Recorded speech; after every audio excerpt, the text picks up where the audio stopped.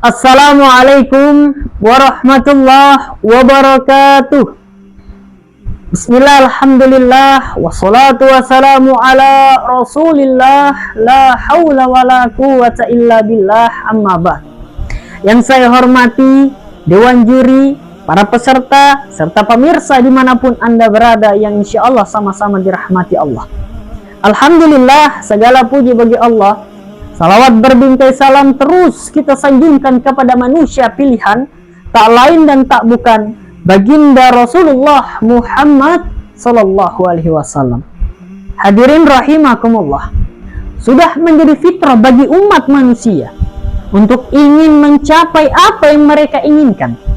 Segala daya dan upaya, seluruh waktu dan tenaga, segenap kemampuan dan kekuatan semua dikerahkan untuk mendapatkan apa yang mereka inginkan. Sehingga dalam proses pencapaian itu hadirin, ada orang yang melakukannya dengan jalan yang halal, pun ada juga yang menghalalkan segala cara alias dengan jalan yang haram untuk mencapai apa yang mereka inginkan. Tentu di dalam kedua proses ini, halal dan haram akan berdampak kepada proses kehidupan kita. Maka dalam hal inilah hadirin, saya Ambo Al-Fakir ingin menyampaikan tausiah yang berjudul Pelaminan, pengaruh halal dan haram bagi kehidupan. Hadirin wal hadirat rahimakumullah, Allah subhanahu wa ta'ala berfirman di dalam surah Al-Baqarah ayat 168. A'udzubillahi minasyaitonirrajim. Ya ayyuhan nasu kulu mimma fil ardi halalan thayyiban. Wahai manusia, kata Allah, nikmatilah makanan yang halal lagi baik yang ada di muka bumi ini. Wala tattabi'u khutuwati syaitan, dan janganlah kamu mengikuti langkah-langkah syaitan. Innahu lakum aduwwum mubin. Sungguh syaitan adalah musuh yang nyata bagimu. Hadirin, sesuatu yang dapat dikatakan haram bukan saja yang kita konsumsi, bukan. Tapi sesuatu yang kita dapat katakan haram, itu juga dapat kita lihat bagaimana cara kita mendapatkannya. Misalnya, mencurangi lawan untuk mendapatkan kemenangan, membodohi orang lain untuk mendapatkan keuntungan, bahkan menjatuhkan reputasi orang lain untuk mendapatkan jabatan. Setidaknya ada dua hadirin, pengaruh halal dan haram bagi kehidupan kita. Yang pertama, berdampak kepada ketentraman jiwa, dan yang kedua, mempengaruhi kualitas ibadah. Yang pertama, berdampak kepada ketentraman jiwa. Kalau kita sering melakukan hal-hal yang haram hadirin, maka kita akan sulit untuk menerima kebaikan. Jikalau telinga ini sering mendengarkan yang haram, maka akan sulit untuk mendengarkan pengajian. Hati kita akan merasa keras, iri, dengki akan kita lalui. Kenapa? Karena tadi kita sering melakukan yang haram sehingga kita sulit untuk menerima kebaikan. Ala inna fil jasadi mudghah. Ketahuilah, di dalam jasad ini terdapat segumpal daging. Idza solahas, apabila segumpal daging ini baik, solahal jasadu kullu, maka baiklah seluruh jasad. Wa idza fasadat, dan apabila segumpal daging ini buruk, fasadal jasadu kullu, maka buruklah seluruh jasad. Ala wahiyal qulub. Ketahuilah, segumpal daging itu adalah hati. Hati yang tentram akan menimbulkan kebaikan dalam kehidupan.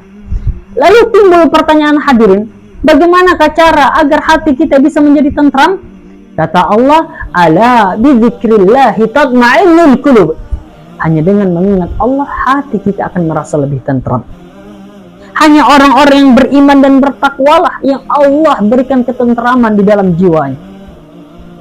Hadirin, takwa itu turunannya ada dua.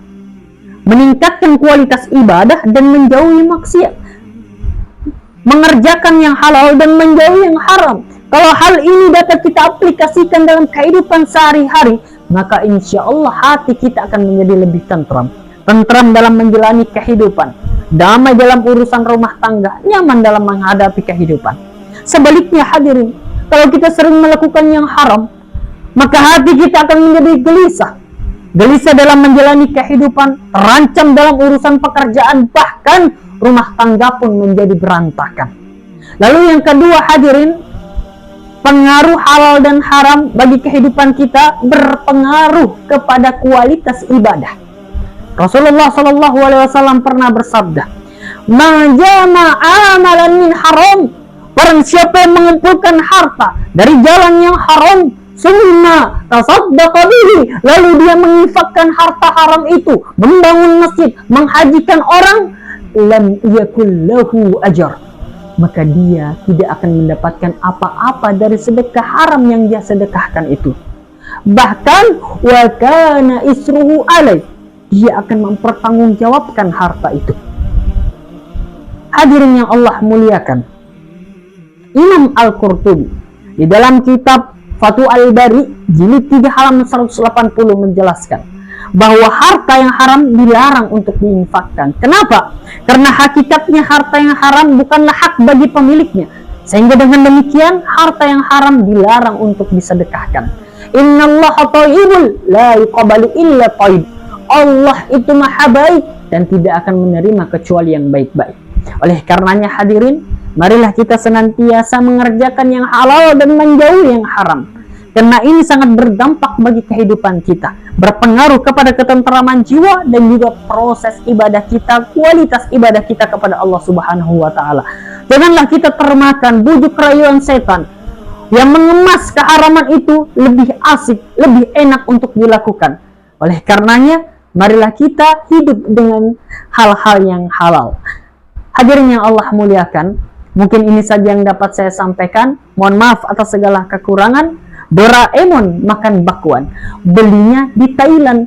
Kalaulah diberikan kesempatan, bolehlah kita bertemu di grand final bulan depan. Usikum wa nafsi bitaqwallah. Wassalamualaikum warahmatullahi wabarakatuh.